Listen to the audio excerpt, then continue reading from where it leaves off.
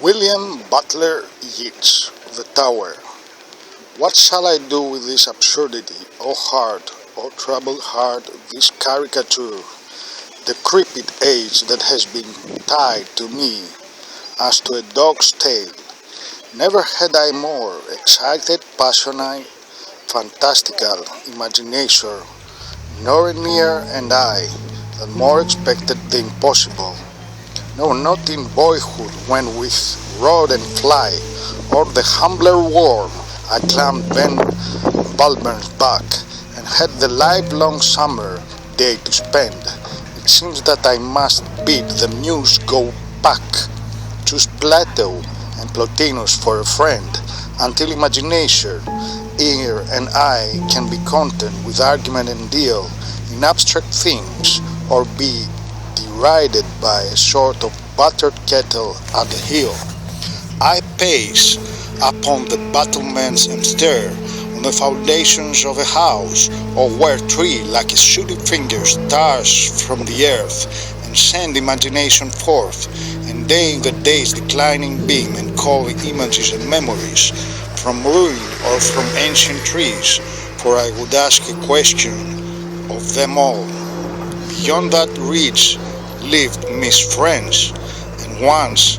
when every silver candlestick or scones lit up the dark mahogany and the wine,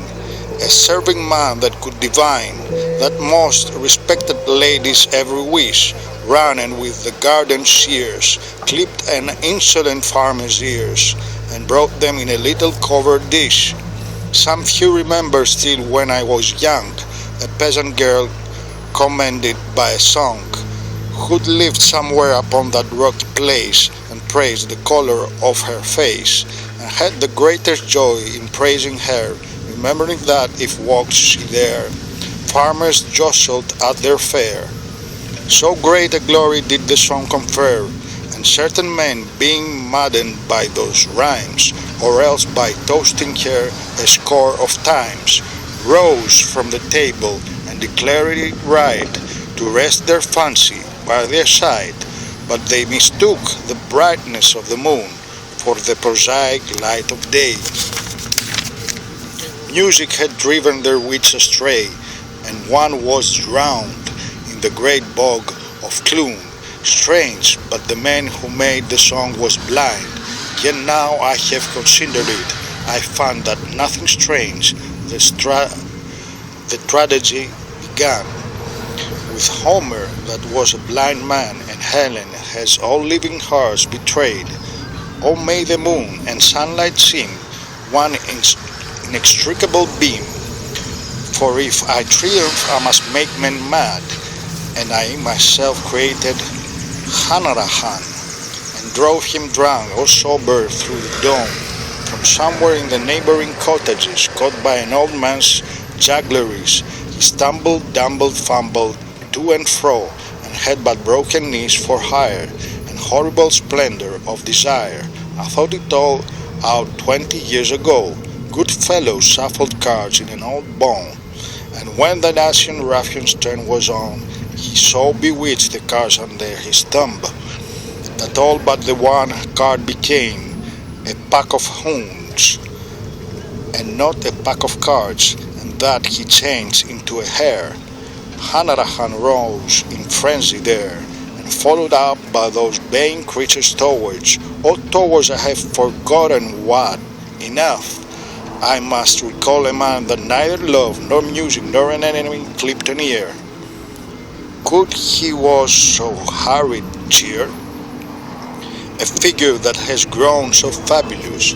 there's not a neighbor left to say, when he finished his dog's day, an ancient bankrupt master of this house, before that ruin came for centuries. Rough men at arms cross-gartered to the knees, or shot in iron, climbed the narrow stairs, and certain men at arms there were, whose images in the great memory stored, come with loud cry and panting breast, to break upon a sleeper's rest, while their great wooden dice beat on the board. As I would question all, come all who can, come all, a necessitous, half-mounted man, and bring beauty's blind rambling celebrant, the red man the juggler sent, through God-forsaken meadows, mis friends, gifted with so fine an ear, the men drowned in a bog's mire, when mocking muses chose the country whence, the old men and women, rich and poor, who trod upon these rocks, or passed this door, whether in public or in secret rage, as I now against old age, but I have found an answer in those eyes that are impatience to be gone. Go therefore, but leave Hanarahan, for I need all his mighty memories,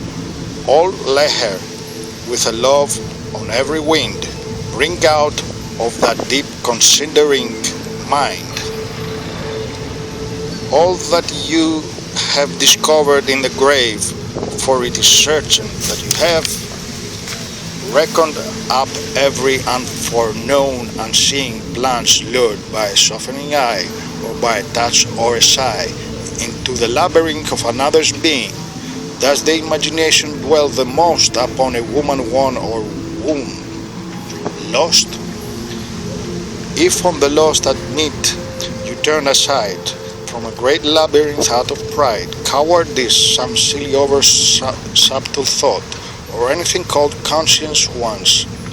and that if memory cure the sun's under eclipse and the day blotted out, it is time that I wrote my will. I choose upstanding men that climb the streams until the fountain leap, and at dawn drop their cast at the side of dripping stone. I declare they shall inherit my pride, the pride of people that were bound neither to cause nor to state, neither to slaves that were spat on, nor to the tyrants that spat,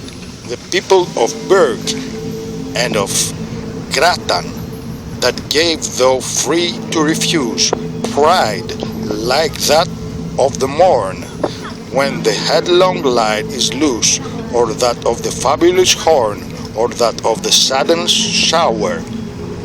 when all streams are dry, or that of the hour, when the swan must fix his eye upon a fading gleam, float out upon a long last reach of glittering stream, and there sing his last song, and I declare my faith, I mock Plotinus' thought, and cry in Plato's teeth, death and life were not, till man made up the whole, made lock, stock, and barrel, out of his bitter soul, Aries, Sun, Moon, and Star all. And further add to that being dead we rise, dread and so create, translunar paradise, I have prepared my peace, with learning Italian themes, and the proud stones of Greece, poets' imaginings, and memories of love, memories of words, of women, all those things whereof man